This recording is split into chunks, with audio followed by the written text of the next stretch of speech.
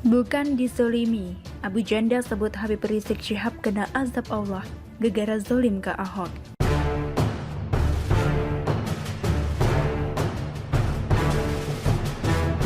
Baru-baru ini Permadi Arya atau Abu Janda angkat suara soal pendukung Habib Rizik Syihab atau HRS dizolimi dalam kasus Rumah Sakit Umi Bogor yang hukumannya 4 tahun penjara. Berbeda dengan para pendukung HRS, Abu Janda anggap putusan itu adil karena Habib Rizik Syihab zolim ke Ahok di masa lalu. Bahkan, Abu Janda sebut Habib Rizik Syihab kena azab Allah. Beberapa hari lalu, Majelis Hakim Pengadilan Tinggi DKI Jakarta menguatkan vonis hukuman penjara 4 tahun yang dijatuhkan Majelis Hakim Pengadilan Negeri Jakarta Timur kepada HRS dalam kasus Rumah Sakit Umi. Habib Rizik zolim ke Ahok. Abu Janda selaku salah satu pegiat media sosial pendukung Jokowi itu menuliskan responnya di Instagram. Dia menyebut keadilan dari Tuhan bukan cuma buat Muslim saja, tapi pada semua umat manusia. Abu Janda bahkan menyinggung azab Allah atas keputusan vonis Habib Rizik Syihab itu. Kaum fasik IQ digit berpikir Allah Subhanahu wa Ta'ala Maha Adil hanya kepada umat Muslim saja. Padahal Allah itu Maha Adil pada seluruh umat manusia. Rasakan azab Allah itu nyata. Tulis Abu Janda dikutip pada Rabu 1 September 2021. Selain postingan itu, Abu Janda menyertakan meme bergambar yang mana menyindir Habib Rizik kena karma dan azab menzalimi Ahok. Kata pendukungnya, Rizik dipenjara dikarenakan rezim zolim ke Rizik. Tidak pernah sadar, Rizik begitu karena azab dari Allah akibat zolim ke Ahok. Tulis meme Abu Janda tersebut. Kalau menurut kamu bagaimana Sobat Hoppers? Pendukung Habib Rizik tidak puas dengan putusan Majelis Hakim Pengadilan Tinggi DKI Jakarta yang menguatkan vonis 4 tahun penjara bagi HRS yang diketok di Pengadilan Negeri Jakarta Timur dalam perkara kasus tes usap Rumah Sakit Umi Bogor.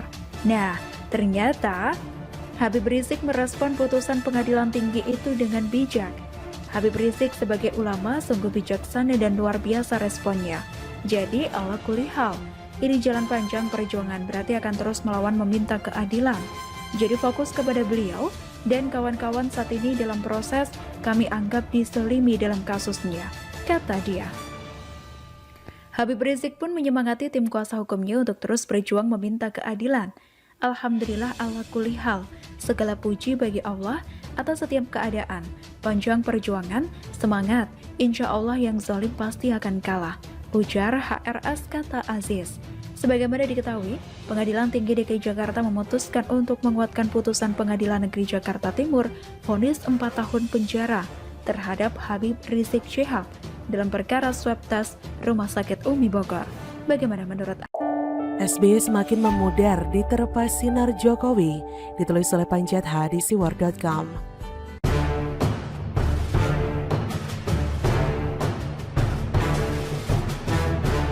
Bahwa SBY itu Presiden RI 2 periode, itu fakta yang tak perlu dibantah lagi. Tapi apa saja yang telah dilakukan oleh beliau selama 10 tahun itu, ini yang perlu diperdebatkan dengan cara seksama supaya tidak sampai ada dusta di antara kita. Penulis menyoroti soal radikalisme dan intoleransi yang mendapatkan lahan subur di era tersebut. Ketika itu mungkin tidak terlalu dirasakan karena situasi relatif aman dan terkendali. Kondisi yang kondusif ini karena pemerintah pada masa itu memainkan politik toleransi terhadap banyak aspek. Salah satunya toleran terhadap kelompok atau pihak-pihak yang menyuburkan paham radikalisme dan sikap-sikap intoleransi tersebut. Selama 10 tahun dibiarkan berkembang biak. Kelompok tersebut pasti merasa kuat dan merasa percaya diri untuk secara pelan mulai menjalankan agenda yang sebenarnya, menjadikan negeri ini khilafah. Di era Jokowi, kelompok ini mendapatkan kesempatan uji coba dalam kasus Ahok yang dituding menista agama Islam. Sukses mengumpulkan massa demo, sukses pula menurunkan Ahok dari kursi gubernur, bahkan memaksa hakim memvonis 2 tahun penjara. Bahaya mengintai NKRI karena bibit perusak itu dibiarkan tumbuh dan menggurita di masa SBY. Untunglah di era keduanya Jokowi akhirnya punya kesempatan untuk mempreteli gerakan anti Pancasila ini secara perlahan. Ormas-ormas yang berjaya di masa SBY dibubarkan, pentolannya dipenjarakan. Hal yang mustahil dilakukan SBY yang cenderung melankolis dalam menyikapi segala sesuatu. keberanian dan ketegasan yang diperlihatkan oleh Jokowi dalam menumpas kelompok-kelompok yang berpotensi membawa bangsa dan negara ke dalam keterpurukan itu saja sudah membuat pamor SBY meredup. Memang tidak masuk akal, seorang jenderal seolah tidak berdaya menjaga dan melindungi NKRI, sementara seorang Jokowi yang cuma mantan tukang mebel dengan gemilang mulai melakukannya. Belum lagi bicara soal pembangunan infrastruktur yang gila-gilaan di seluruh penjuru tanah air. Seperti belum lama ini Presiden Jokowi meresmikan jalan tol pertama di Kalimantan Timur yang menghubungkan Balikpapan dengan Samarinda. Satu hal lagi yang membuat Pak Mantan semakin tenggelam adalah proyek mangkraknya. Adalah soal proyek-proyek mangkraknya yang akhirnya dituntaskan oleh Jokowi. Berkaca dari sini, simpatisan SBY yang sedang berteduh dalam parpol pimpinan AHY mestinya berterima kasih dong pada Jokowi. Namun yang kerap terjadi akhir-akhir ini justru nyinyiran yang tidak berdasar. Seperti belum lama ini giliran si Taufikur Rahman, pengurus DPP Partai Demokrat, menyoroti aksi bagi-bagi bingkisan oleh Presiden Jokowi kepada rakyat sebagai tidak layak. Dalam berbagai kesempatan, kepala negara memang kerap membagikan bingkisan dari dalam mobilnya. Jika ada yang tidak tepat sasaran atau sampai terjatuh di selokan, itu kan sesuatu yang tidak dapat dihindarkan. Wajar dong masyarakat yang ingin merasakan atau mendapatkan oleh-oleh dari orang nomor satu di negeri ini berebutan mengambilnya. Yang pasti hal itu bukan suatu kesengajaan. Maka jika ada narasi bahwa itu adalah seolah disengaja, maka yang bersangkutan perlu mengklarifikasi cuitan di Twitter. Seperti dikutip dari laman suara.com Kamis 2 September. Bukan sekali dua Pak Jokowi bagi-bagi hadiah kepada rakyat dengan cara yang tidak layak, bahkan dilempar ke got. Masa iya Presiden membagi-bagikan hadiah ke rakyat dengan cara melemparnya ke got? Ini suatu tudingan yang tidak bisa dibenarkan. Maka ketimbang meminta Jokowi bercermin, lebih baik situ sendiri yang bercermin lebih dulu.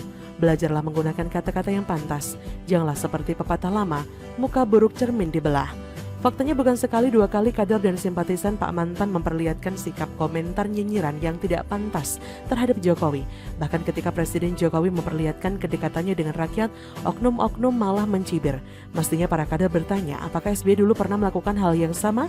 Sepak terjang dan tingkah pola para simpatisan Pak Mantan yang masif belakangan ini bisa jadi memang punya tujuan untuk mengangkat sosok junjungannya itu. Semakin lama semakin tenggelam saja oleh karya-karya dan kinerja Jokowi. Sosok Pak Mantan memang perlu terus dijaga supaya tetap berada di permukaan. Sebab apabila memang benar-benar hilang dari peredaran, kasihan benar AHY yang praktis tidak lagi punya pegangan. Maka salah satu cara mengangkat pamor beliau adalah dengan terus-menerus melancarkan serangan masif ke arah Jokowi. Misalnya pada Juli 2021 ketika varian Delta mengamuk dan membuat lonjakan kasus, rumah sakit penuh, si Ibas mengatakan bahwa pemerintah sepertinya tidak berdaya. Lalu ia mengatakan bahwa Indonesia bisa menjadi failed nation jika pemerintah tidak berhasil mengatasi pandemi COVID. Saking masifnya serangan itu, ada yang mengatakan bahwa partai politik ini menari-nari di atas pandemi. Sadis sekali jika kesulitan pemerintah, penderitaan rakyat malah dijadikan ajang untuk menaikkan popularitas. Mestinya akan membantu dengan aksi nyata, bukan malah mengumbar narasi-narasi sampah di medsos. Tapi upaya mereka mengangkat sosok SBY mungkin akan semakin berat ketika pemerintahan Jokowi belum lama ini mengaktifkan Satgas BLBI. Tugas utamanya menarik kembali piutang pemerintah dari puluhan obligor atau debitur. Adapun jumlah uang negara yang perlu diselamatkan itu berkisar 100 triliun rupiah lebih. Tentu saja bukan pekerjaan mudah, sebab di barisan pengemplang uang rakyat itu ada nama Tommy Soeharto yang punya kewajiban bayar sebesar 2,6 triliun rupiah. Besar kemungkinan di antara oknum-oknum ini bercokol pula bohir-bohir yang selama ini berperan dalam menggerakkan aksi-aksi demo untuk membuat kisruh negeri. Dan yang tidak bisa diabaikan adalah kemungkinan para bohir itu memiara banyak buzzer yang kerjanya teriak-teriak merecoki pemerintahan Jokowi. Ketika ada oknum yang menuduh pendukung pemerintah sebagai buzzer, bisa jadi oknum itu sendiri adalah buzzer yang dibayar oleh bohir. Jadi sungguh suatu pekerjaan yang spektakuler ketika Jokowi menggerakkan Satgas BLBI ini. Suatu hal yang sepertinya jauh dari jangkauan dan kemampuan Pak Mantan, maka gak heran jika nama dan sosoknya semakin memudar dan tenggelam. Bagaimana menurut Anda?